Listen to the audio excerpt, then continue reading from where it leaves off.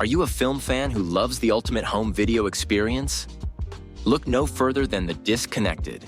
Your host, Ryan Verrill, is your go-to source for the latest and most accurate information on home video releases, exclusive interviews with industry insiders and filmmakers, and has established a thriving community where every film and physical media enthusiast feels welcome. From hidden gems to blockbuster hits, The Disconnected brings you insider knowledge and a welcoming space to share your love of cinema. Watch every Thursday night at 9:30 Eastern, 6:30 Pacific for the live announcements show and follow The Disconnected on social media to stay updated. Subscribe to The Disconnected on YouTube or on the podcast provider of your choice and dive into a world where every movie night is an adventure. If you're looking for more horror outside of the mainstream, look no further than Unsung Horrors, a podcast about underseen horror movies. I'm Lance. And I'm Erica. Every other week, we'll cover a horror movie with fewer than 1,000 views on Letterboxd. We'll even give you double feature recommendations to pair with the movies we discuss. From gothic to shot on video, from slashers to comedies, from giallo to J-horror, we'll cover all the subgenres. So join us as we unearth these hidden gems of horror. Follow us on Instagram, Twitter, and Facebook, all at Unsung Horrors, available wherever you listen to podcasts. And part of the Someone's Favorite Productions podcast network.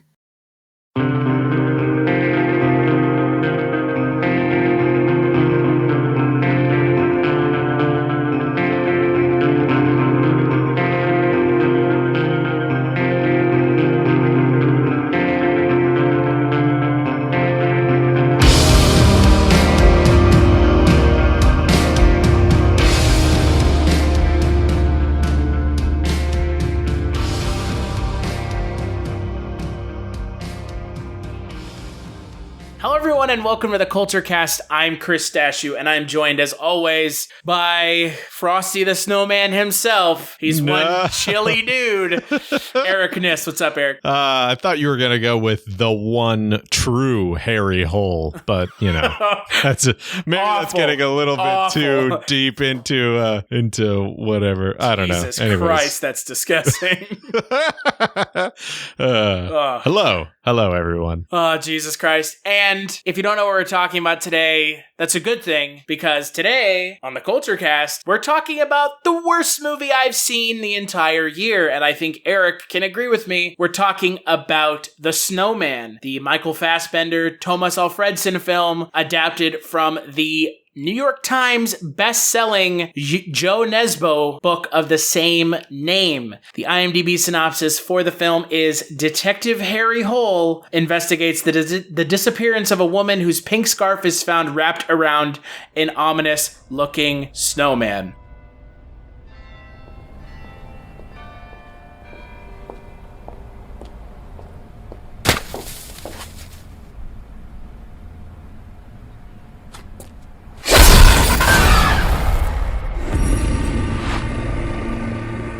A woman vanished last night. We just found the body. Prince? And the head is missing.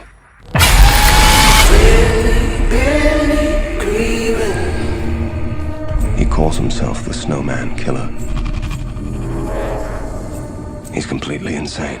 Keep the front door open. I'm thinking that he's going after women that he disapproves of. What's that cheeky grinning? Come on down. The only thing we know for sure is that he's playing games with us.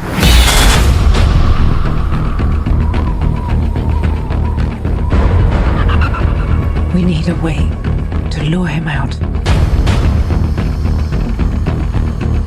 Be careful. We don't know what we're dealing with.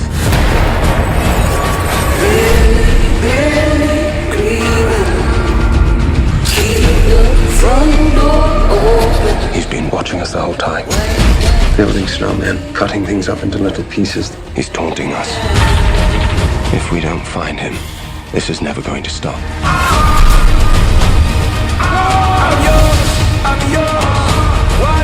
Another missing woman. There's something we're not seeing. What matters most is that we celebrate the way this has brought us together. Anyone can see that he's trying to hide something.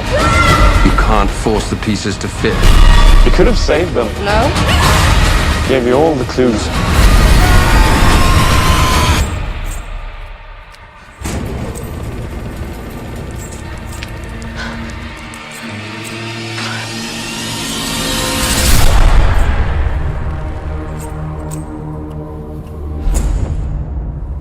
All right, Eric. Boring. Yeah, right. All right, Eric. So you had no prior exposure to Jo Nesbø's Harry Hole series, Jesus Christ. Just then. Let's just call him Harry from now on. Yeah. We don't need to refer to him by his hole. Really, like a terrible name. Like, I mean, I get that it's pronounced and means something very different in Norwegian, which I understand. That's fine. But if you're going to do a wide release of a movie of this, like there wasn't a person who said we should change his name so that it's definitely not Harry Hole. Because that's going to be a joke to everyone. Because it sounds like a hairy asshole. It sounds like he is the hairiest gay porn star of the 70s. Right. But he's not. It's Michael Fassbender.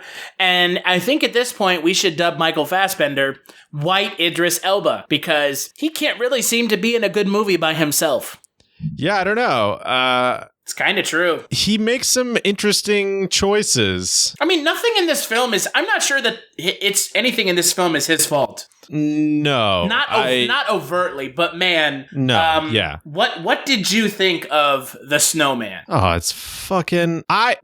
Okay, since I got home from work today, because I went and saw it like last night at like 10 something. So I got out of the movie, I don't know, 12:30 at night or whatever, got home, went to sleep. After I got home from work today, while I was waiting for you, I went on Reddit and just like tried to figure out what even happened. I swear to God, when you told me, when I watched this movie, it felt like I had fallen asleep and missed a bunch of sequences. I think I literally actually fell asleep and then missed more sequences and still felt like completely lost. And I'm sure you and I had the same movie going experience, even though I slept through probably 10 or 15 minutes of it and you didn't. Yeah, so...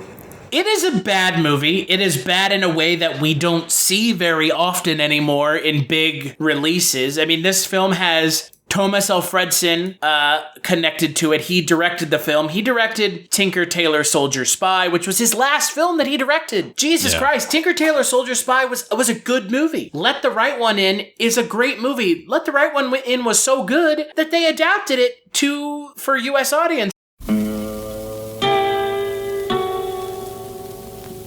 Hello, filthy movie lovers. My name is Gentry Austin. And I'm Casey Scott. And we're the hosts of the Sin Syndicate, film podcast for something weirdos, anti-criterion bros, and Joseph Sarno aficionados. Join us semi-weekly as we peer into the adults-only theaters and sticky-floored cinemas of the golden age of sexploitation, when the morals were loose, the laws were murky, and the intercourse was all simulated. Find us now on the Someone's Favorite Productions podcast network.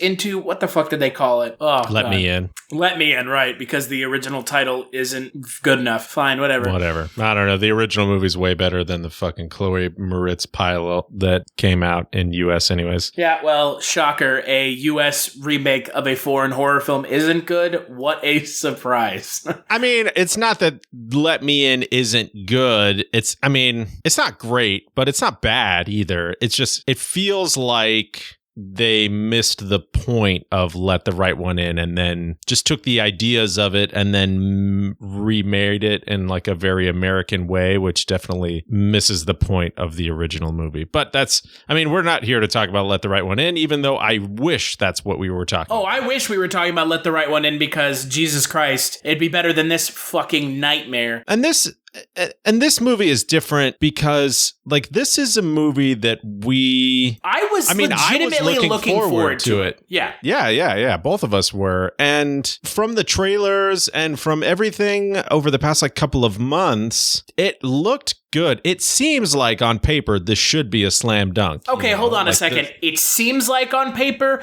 Michael Fassbender, Val Kilmer, J.K. Simmons, Toby Jones, Rebecca Ferguson, Charlotte Gainsbourg. Yes. This film, Tomas Alfredson, again, this film should have been a slam dunk. This film had everything going for it. And then the source material, too. Yeah, the source material is, some of, like, the best. It's, like, one of the best series of sort of, like, crime thriller novels, of the past, I don't know, how many decades or whatever. He's written, what now, 8 books in the series? Yeah, and he has been writing, I want to say since I want to say the original book was published, Flaggermusmannen, which translates to The Bat in English, was published in 97. It wasn't translated into English until 2012. But he has written, this is his, Robert Langdon. This is his Jack Ryan.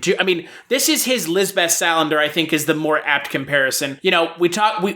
I love The Girl with the Dragon Tattoo, the first book, not the second and third book, and definitely not the fourth and fifth book that are someone writing as Stieg Larsson. I love the first book, the first Girl with the Dragon Tattoo, so much that I shelled out $75 to have a first edition printing of it that sits on my shelf in my office. I love that book that much. Jo Nesbø is effectively the Norwegian version of Stieg Larsson, and obviously Stieg Larsson passed away, so we didn't get any more Lisbeth Salander books, but we do get more Harry Hole books. Unfortunately, his name, I can only imagine it's pronounced another way in Norwegian. It has to be, because I don't know. I'm probably butchering Jo Nesbø's name. It's probably not Jo Nesbø. I think it's not even Joe. I think it's Yo. Like you Nesbø. Like I don't know. I'm curious how you pronounce his name. I'm assuming that it's not. It's not. I'll have to ask my grandma. She speaks Norwegian, so.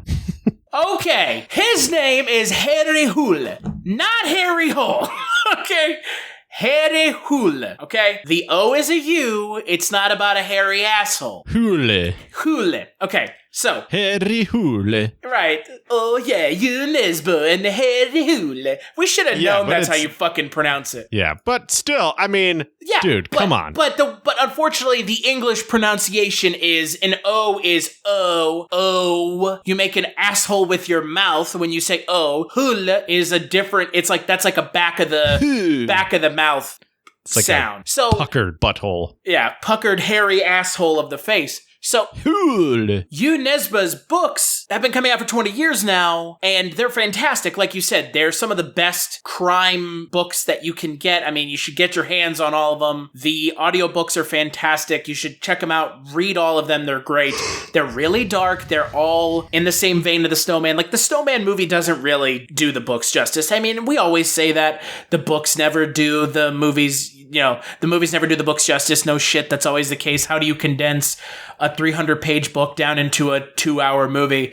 But this movie is so fucking just all over the place. It just doesn't make any sense. No, and we're gonna butcher his goddamn name too. It's probably Tomas Alfredson.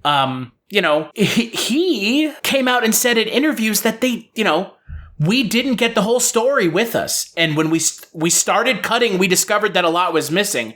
They forgot to shoot 10 to 15% of the script. Are they insane? How? And then and you admit it ahead of time. You admit it before the goddamn film came out. What are you thinking? I've never seen a movie in the theater, in an actual theater, that I paid almost $15 to go and see, that I literally saw a bunch of editing errors in, and I've never seen so many visibly noticeable errors in a finished product in a movie before in real life on the big screen as I have when I watch this movie. No, it doesn't feel like a film that's made by a major studio. It doesn't feel like a film that Universal should be releasing. I mean, everyone talked about how bad the Mummy film was from earlier this year, and that film wasn't great, but Jesus Christ, this is the worst film Universal's put out this entire year, without a doubt. Dude, I will watch The Mummy again any day over watching this. At least The Mummy is like stupid fun. This movie's not even fun.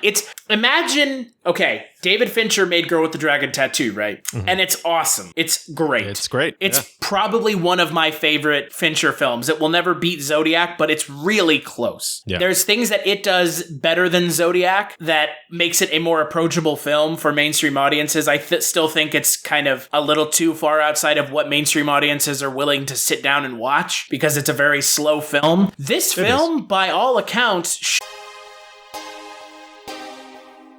The audio commentary. It's a dying art form, but here at One Track Mind, I, your wonky yet affable host Ryan Luis Rodriguez, analyze film through the prism of these embryonic forms of podcasting, one audio commentary at a time. Masterpieces, crapster pieces, live action, animation, cult classics, films literally no one has ever heard of. No track is too small, and no track is too big. Join me and my guests from the entertainment world as we keep these features alive every other Tuesday. Hey, who else is going to discuss Bill and Ted's Bogus Journey one week and Citizen Kane the next? Us, that's who. Sure, you have to put up with my voice, but there's a certain give and take in this industry. That's One Track Mind, part of the Someone's Favorite Productions family and available wherever you get your podcasts.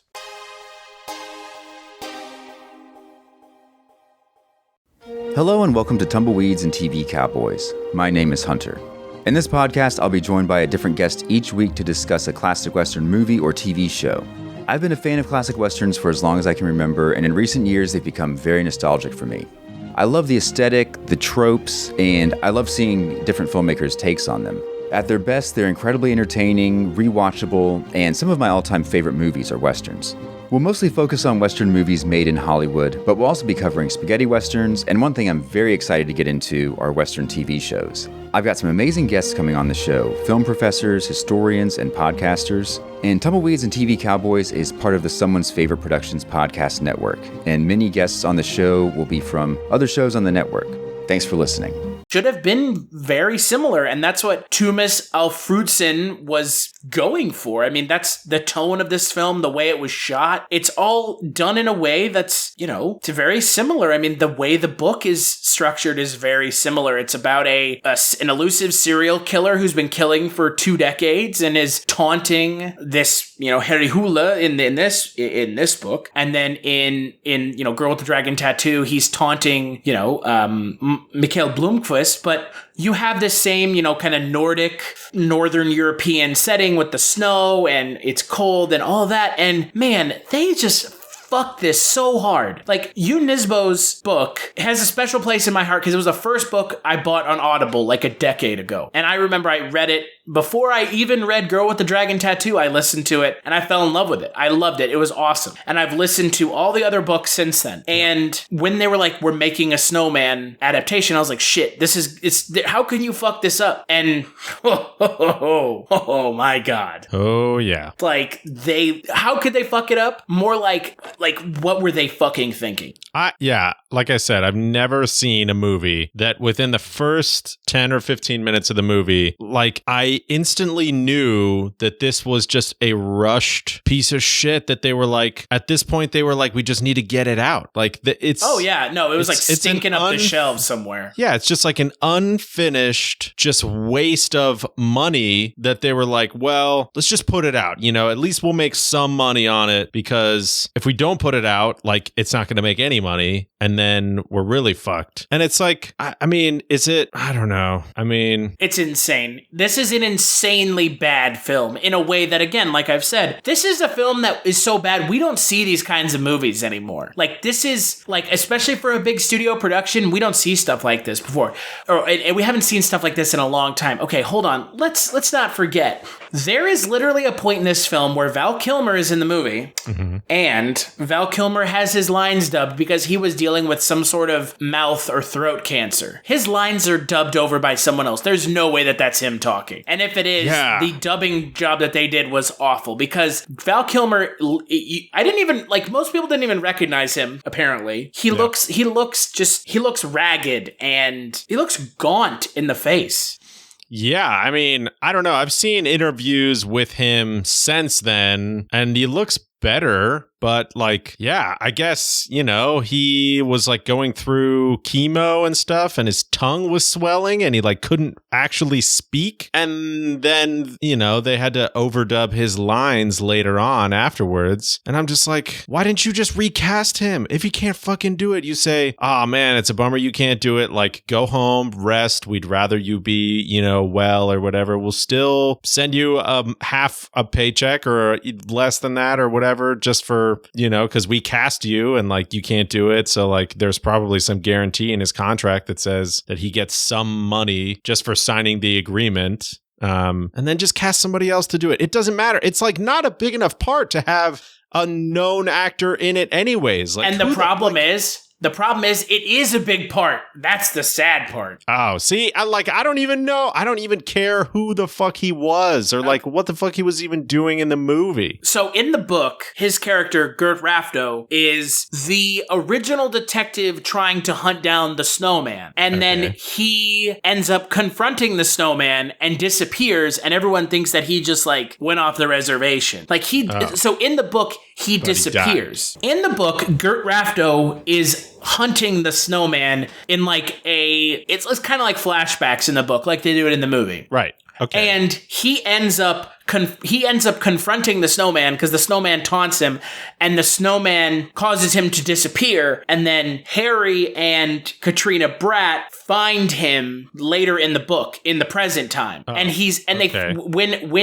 Harry goes to that, like, cabin in the movie, in the book he finds him there dead. And then they're like, oh shit, Gert Rafto, we found his body. But obviously in the movie it's done way differently, and it's so bad. Oh my god, it's, again, like you said, it almost has no purpose in the film because they do such a poor job of, like, framing it in the grand scheme of the story. Yeah, it's just, I don't even know what the fuck happened. Like, yeah.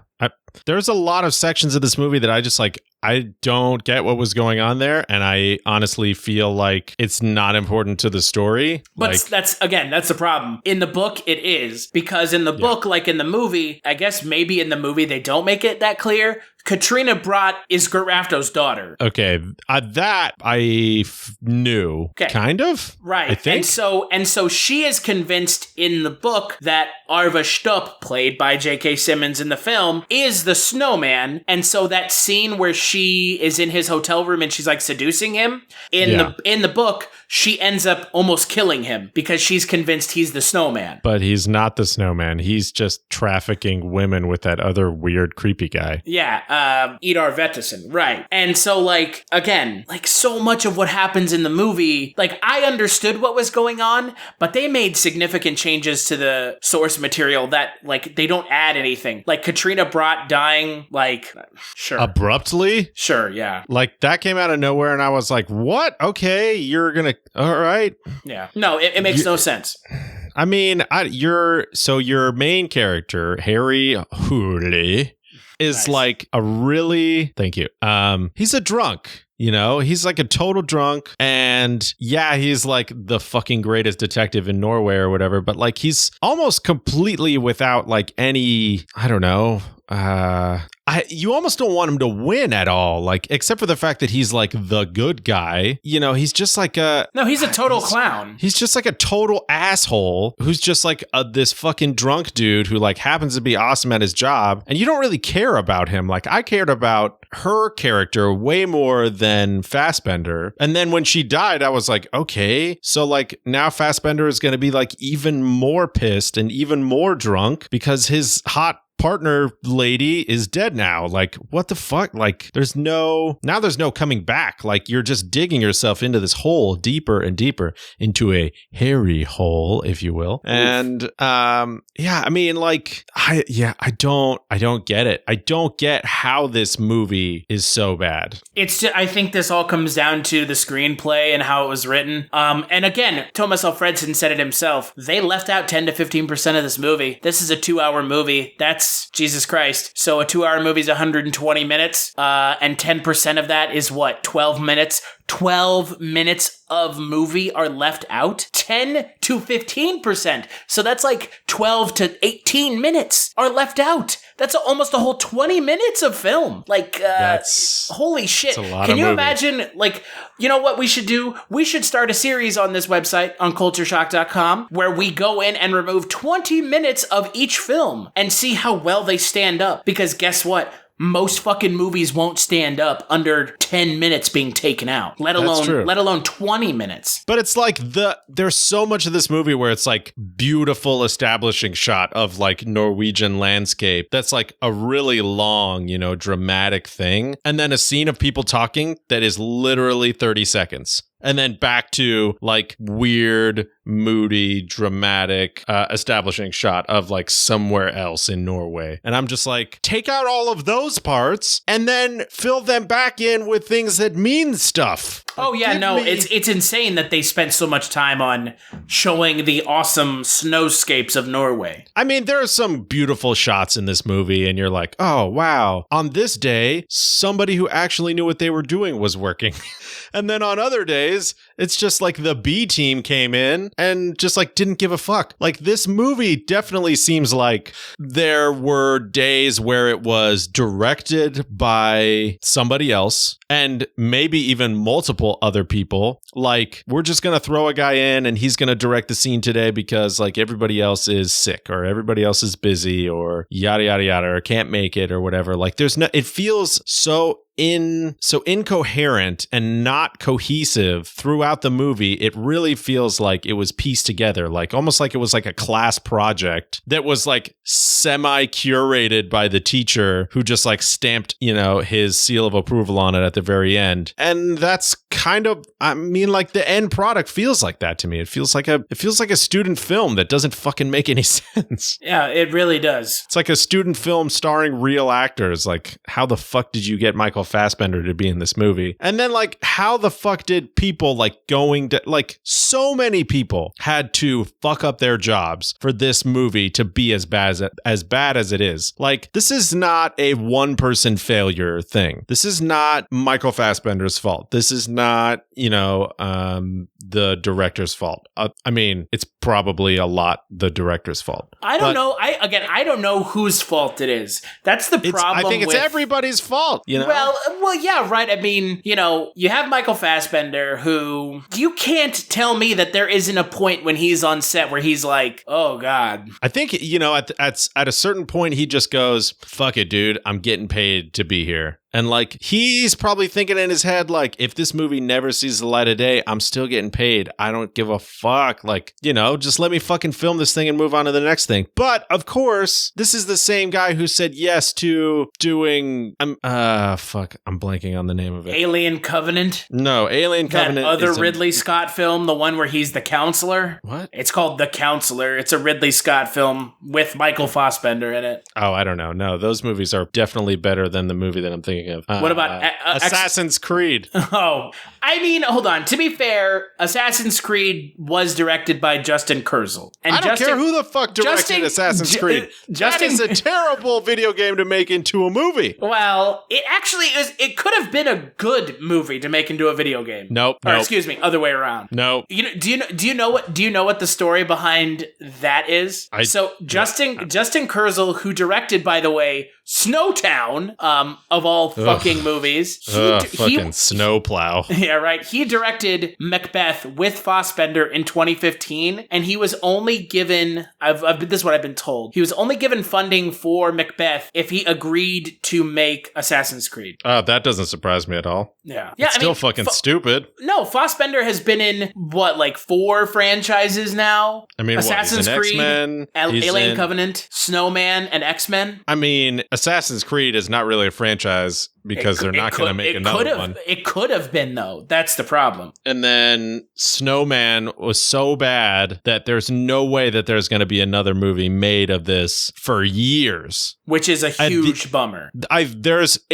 If I'm Jo Nesbø, Yo Nesbø! Yeah, he's yoing himself, all right. If I'm fucking Jo Nesbø, I do not let anybody touch one of my books for at least another 5 or 6 years. And then I make sure that it is stipulated in my contract that I get a huge say in what the fuck goes on if you're going to do one of my fucking books, because this movie was such a huge fuck up for some source material that, even though I've never read any of the books, sounds amazing. And after watching this fucking garbage pile of a movie, I think I'm going to fucking do what you did, and I'm going to fucking hop on Audible, and I'm going to download The Snowman, and I'm going to actually listen to what the fuck should have actually happened. I would actually suggest that you listen to the first book he wrote, because there is some stuff that happens in the book that I really didn't understand what was going on, and that's only primarily because this is I don't remember. It's the 6th book or the 7th book. Yeah.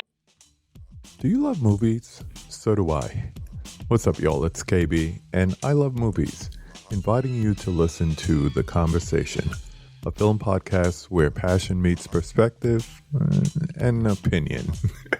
From the old school to the new, I invite a guest on to discuss the movies that thrill us, challenge us, break our hearts, or even blow our minds. There's always new episodes dropping wherever you get your podcasts. So join the conversation. We don't just watch movies. We love talking about them too. The Conversation with KB Loves Movies, a part of Someone's Favorite Productions podcast network. The series. Why would you start from the middle? Right. It doesn't make a whole lot of sense. It didn't make a whole lot of sense to me when I read it, but once you listen to it after you understand what's going on, it makes more sense. Once you listen to it in the context of the other books, because there is other stuff going on in the other books, that makes more sense. So sure, it's you're setting up the character of Harry Hule. Yeah. Well, let's take a break, and when we get back, we'll finish up talking about this dumpster fire. About this Hule.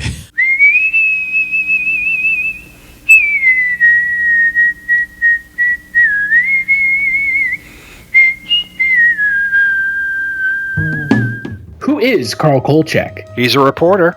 Now that is news, Vincenzo. News! And we are a newspaper. We are supposed to print news, not suppress it. With the INS. What's an INS? Independent news service, sir. Founded in 1904 by Enrico Paluzzi.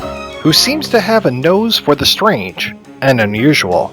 Well, last year in Las Vegas, I uncovered a series of murders that turned out to have been committed by a vampire. And what is the Kolchak Tapes? It's a podcast. All about Carl Kolchak. What's a Kolchak? The Night Stalker. And where can you get it? On iTunes, Stitcher Radio, and at www.kolchaktapes.com. As foolish a game as any that Gory the Ghoul could make up.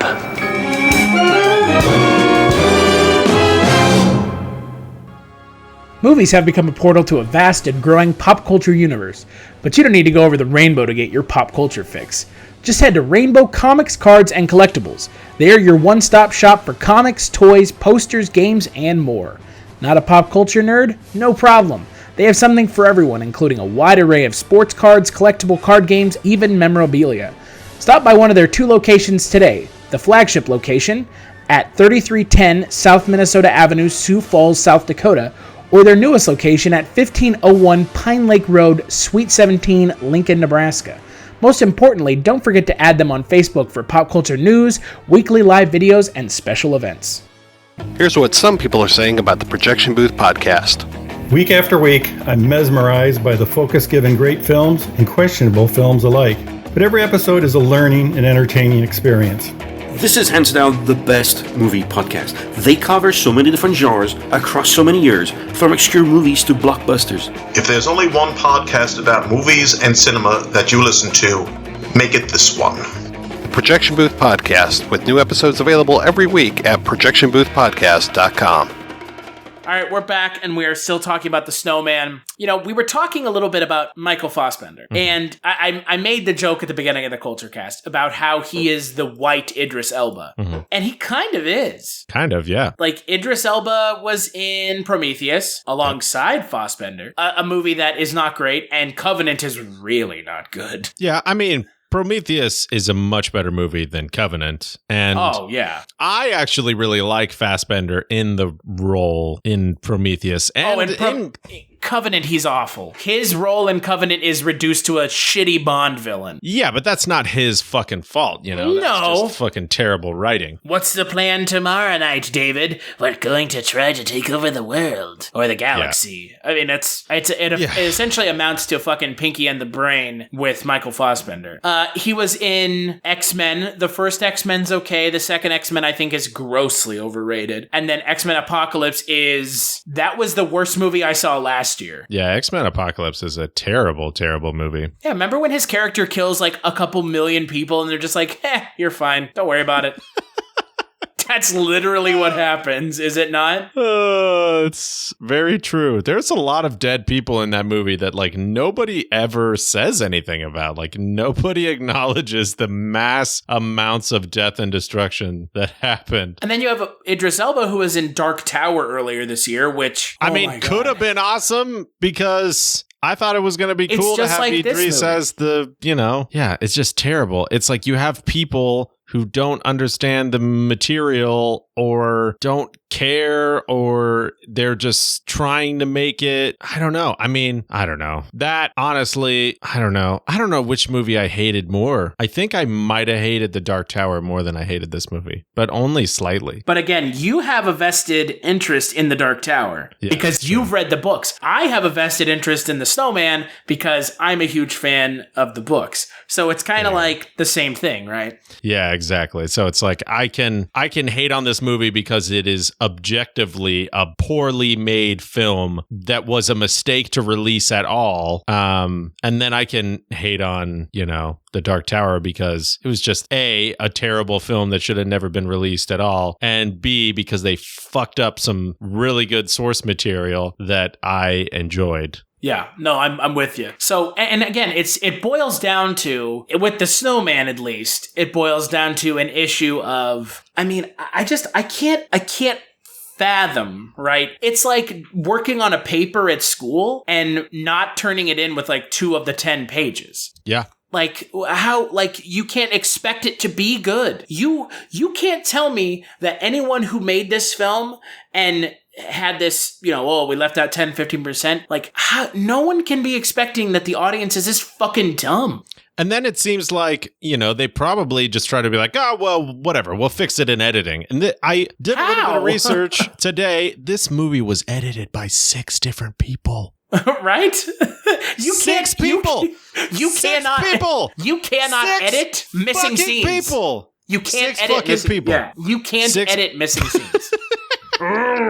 This is infuriating how stupid all of this is. 6 people tried to fix the mistake that was made by missing 10, like the 10 to 15 or maybe more percentage of the movie that is missing. That mistake was then compounded by the fact that 6 different people tried to fix that mistake. And so you have all these weird different edits in the movie that make no sense on their own, that now makes sense to me in context now that I know that 6 people were trying to fix this movie so that it made sense. But when you have 6 people trying to work on the same thing at different points, it's never good. It's never going to come out well. And let me tell you something. The real issue here is that not only did 6 people edit it, I can guarantee you, as someone who read the books, unless there were these massive changes to what that they were writing in the script, they left out more than 10 to 15% of the book. It feels more like 20 to 30. I understand why they changed certain things to streamline the film. Sure. And that's always going to happen anyways. There's always going to be stuff that happens in the book that gets left out in the movie because you only have 2, maybe 2.5 hours before because it's a movie, start to not a TV show. Exactly. And so maybe, I don't know.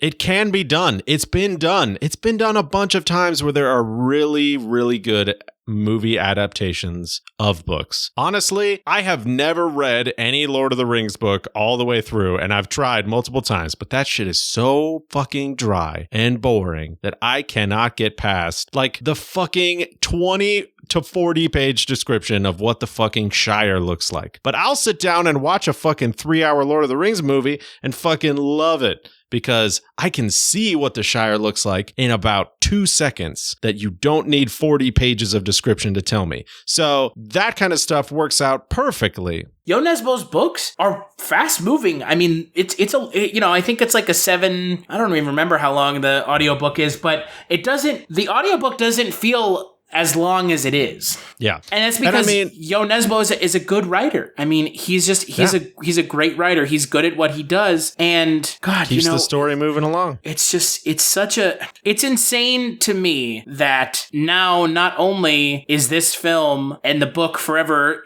inexorably linked because this movie was made off of the book. But like you said, 6 people can't fix missing scenes. They can't produce scenes out of their fucking asshole. That's the problem here. Editing, you can edit around stuff, you can edit out stuff in scenes, but you cannot make scenes appear magically. Yeah, this movie is a cautionary tale that should be shown in film school that sole purpose is to show people you cannot fix it in post. This is the movie equivalent of measure twice, cut once. That's what this is. Yes, exactly. You have to, don't shoot a bunch of shit and go well, we probably got somewhere close to it. We'll fix it or we'll, flesh it out in post. No, make sure you get it on the day. Do it right the first fucking time so that you don't have to try and get 6 different people to fix a mistake that you made probably a year ago or 6 months ago at least or something. I don't know when this movie was filmed in comparison to when the actual production of this movie finished, but it feels like it was filmed over a fucking weekend. Yeah, I don't know. It feels super rushed. I don't know what kind of timetable they were working with. If they only had Fassbender for, 2 weeks or 3 weeks or something like that. And they were we got to get everything done in this really short amount of time. It's a shame, man, because the concept of this movie would be awesome if it was done right. I love crazy, crime thrillers like this, with, serial killers and stuff. Girl with the Dragon Tattoo is an amazing movie, and I'm sure it's an amazing book that, I still haven't read, even though it's sitting on my shelf right now, staring at me in the face. But so many people fucked up this movie, from, whoever was in charge of the day-to-day of making sure that XYZ got done, to the director who said this is good enough, to the 6 different editors that were trying to fix mistakes that were made ahead of time. And is that their fault? No, but I don't know. There was too many people on this movie who didn't say, wait a minute, what? And that's how we got this steaming pile of whatever the fuck you want to call this. Just a bad, it's the worst movie I've seen all year. It's the worst movie I've seen since X-Men Apocalypse. And it suffers from a lot of the same problems that X-Men Apocalypse does, because X-Men Apocalypse had a plot line that had a ton of characters who are given who are given 1 or 2 scenes, and that's it. A lot of the plot is nonsensical, and Michael Fassbender is, again, completely fucking wasted. J.K. Simmons is in this movie. You notice we haven't said a fucking word about him because he showed up on set for 2 days. He's in he never leaves, the setting that he's in. Yeah, that's it. He's in one sequence, and that's it. Yeah, he's in one sequence in the entire movie. That is insane to me. J.K. Simmons, Oscar-winning actor J.K. Simmons, awesome actor J.K. Simmons, voice of the yellow M&M J.K. Simmons, which fucking I probably J. just Jonah blew your Jameson mind. J.K. Simmons. One scene in this film. And in the book, he plays a really big part. In this movie, he's essentially boiled down to like a character who you're not really sure what the fuck his point is in the film. I mean, they just throw red herring after red herring after red herring at you for seemingly no reason in the movie. I'm sure in the books, you have all of these characters who they actually take the time to explain who they are and why they're there. And they have time to build up the tension so that you actually think like, oh, maybe this fucking dude is the fucking guy. Oh no, maybe it's not that guy. Maybe it's this other fucking dude. Who the fuck is it? And then randomly in the movie, they're just like, look at all these people who could be the Snowman. Just kidding. It's this fucking other dude. And we're all just like, who? What? Yeah. And the climax and the way that this film wraps up is, oh my God, astoundingly stupid. Let's as we wrap this Kulturecast up, the way that this film wraps up is fucking insane. It just abruptly...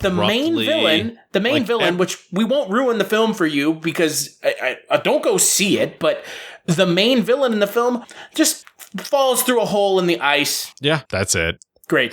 And I mean, it's like Fassbender doesn't even like come to some insane like realization or like does a bunch of like crazy police work to like figure out like, oh, fuck, it's this guy.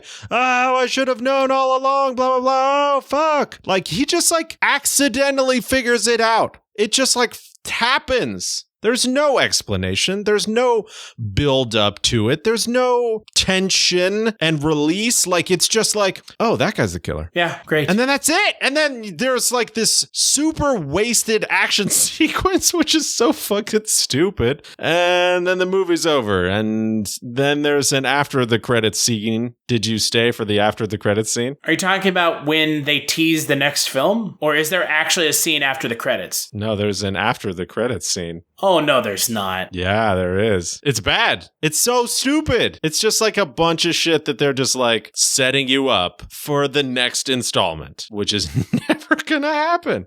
Wait, you're just talking about where he's like, I'll take that case? Is that what you're talking about? Yeah. No, that's part of the movie. That's not even after the credits. Oh my God. They literally tease a sequel to the next film at the end of this film. That's like the number one way that films don't ever get made again. Like, think of all the films that you've seen where they do something like that and think of how many of them have a sequel. Most of them don't. Yeah, I don't know. I give up.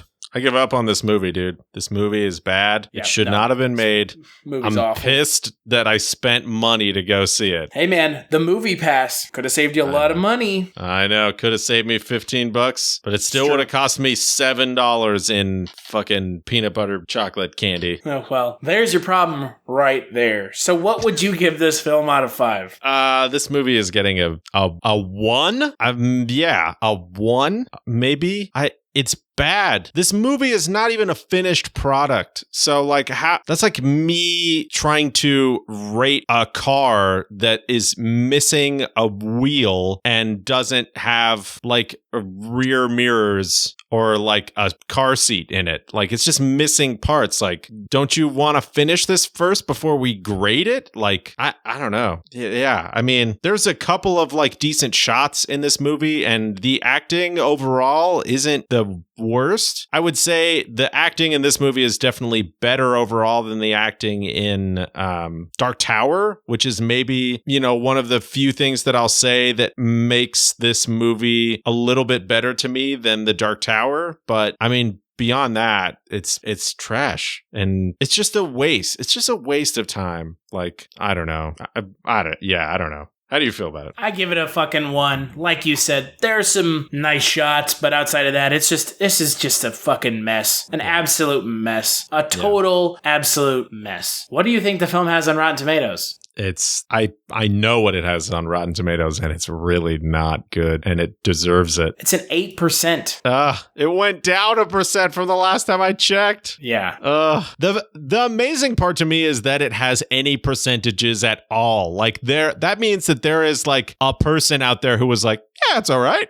Somebody saw this movie and went, it's not bad. 11 critics out of 134 on Rotten Tomatoes wrote positive reviews. who the fuck are these people? Almost all of them are not writing in English as a first language. I'm not even kidding. Yeah. Those are the paid. Those are fake paid like buffer points or whatever. Australia, Argentina, Spanish, Ireland, South Africa, I guess UK, Spanish, UK, Spanish. Yeah. I can't have a 0, folks, I guess, but it might as well have a fucking 0. Jesus Christ. Yeah, I mean, yeah, I if the ranking was fresh or not fresh, I would say this is not fresh. So it's it's got an 8%, and the critics' consensus is a mystery that feels as mashed together and perishable as its title. The Snowman squanders its best-selling source material as well as a top-notch ensemble cast. Yep, that's right. And it'll be out of theaters before you can say Frosty the fucking Snowman. Somehow Geostorm has a higher rating than the Snowman, and that's the film we were originally going to watch this week. I know, now we should have just fucking gone and seen a movie about Gerard Butler fighting the Earth. Yeah, I mean, honestly. Yeah, great. Simply. This movie is somehow Happy Death Day, a movie that we thought was going to be bad. It looks like it was written and directed by fucking Spielberg compared to this film. Yeah. It's astounding. Simply astounding. Well, not good. Let's take a break and play a preview for the next Kulturecast. All right, we are leaving the flatlands and we are heading up towards the mountaintop. The ad said $1,000 for the day, filming services. Discretion is Every man has a dream. Every man has a fantasy.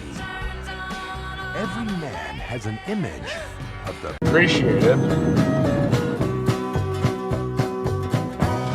The yellow door. I'm realizing that no one knows I'm here. Hi! Oh, I'm sorry. I didn't mean to scare you. I'm assuming you're Aaron. Yeah, I'm Aaron. Nice to meet you. Joseph. Oh my God. Oh my God. This is gonna be a good day.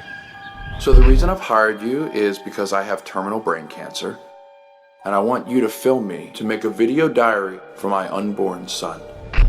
You ready for this? Okay. Joseph. This is called an adventure. Woo-hoo! We don't know exactly where we're going, but I have a feeling. When you follow those feelings, great things can happen. Don't ever forget that. Joseph?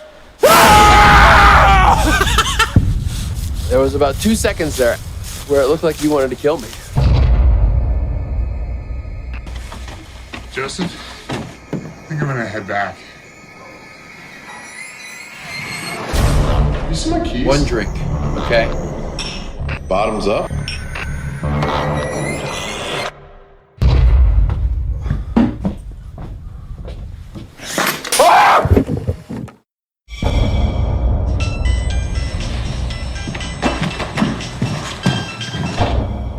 Hello.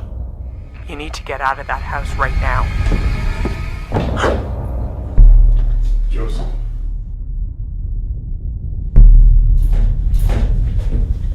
Joseph. Why do you look scared? Don't be scared. It'll all be over soon.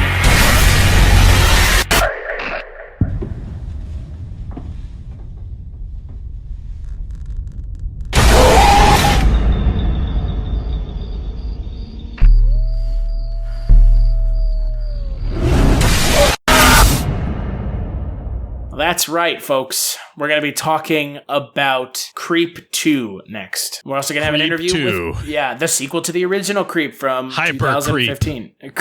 Creeper. Creeping on you. Creep.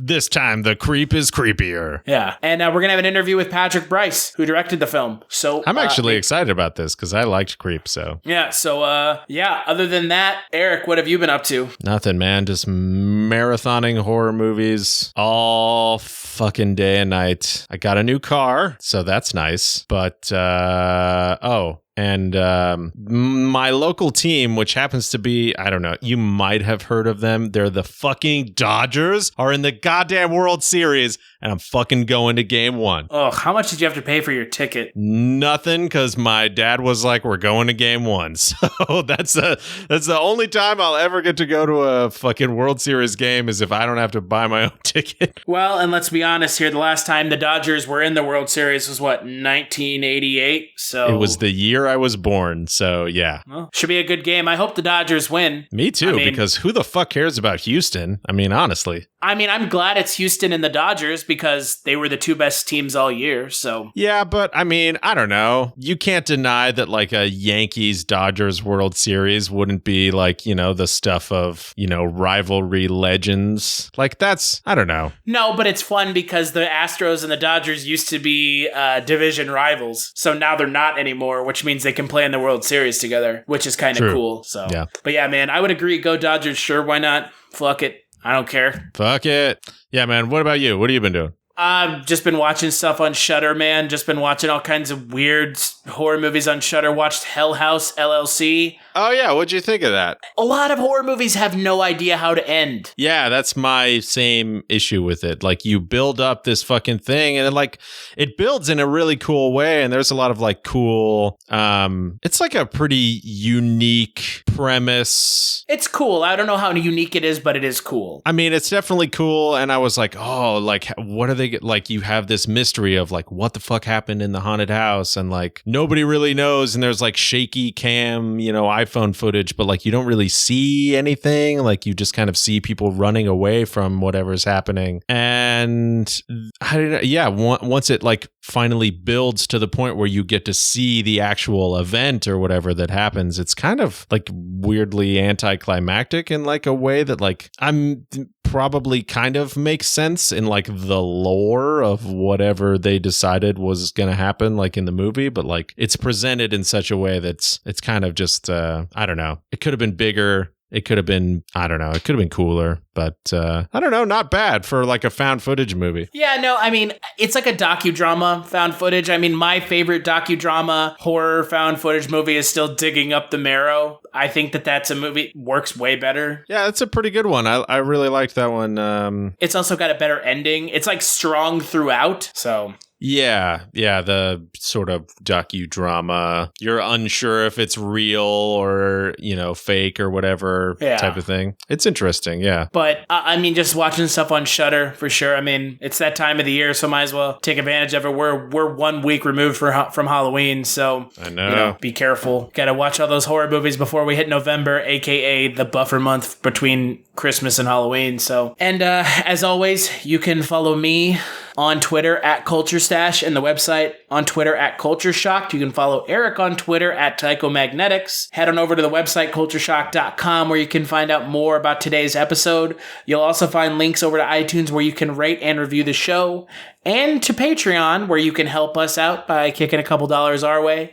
Donors get access to some pretty cool stuff, so make sure to check that out. As always, big thanks to Eric and Wovoka for letting us use y'all's song Lament Configuration.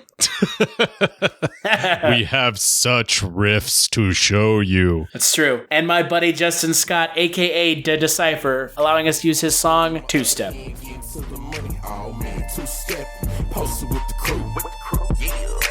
You know how we do, I'm just two-step, drink in my right hand, phone in my other hand, getting to the money, oh man, two-step, posted with the crew, yeah, you know how we do. Hey, two-stepping, know what I'm saying, 1, 2, 1, 2, Benjamin, aka the Black T, you know what I'm saying, catch me with my crew every day, two-step, phone in my other hand, hello? Oh, get into the money, man. Yeah.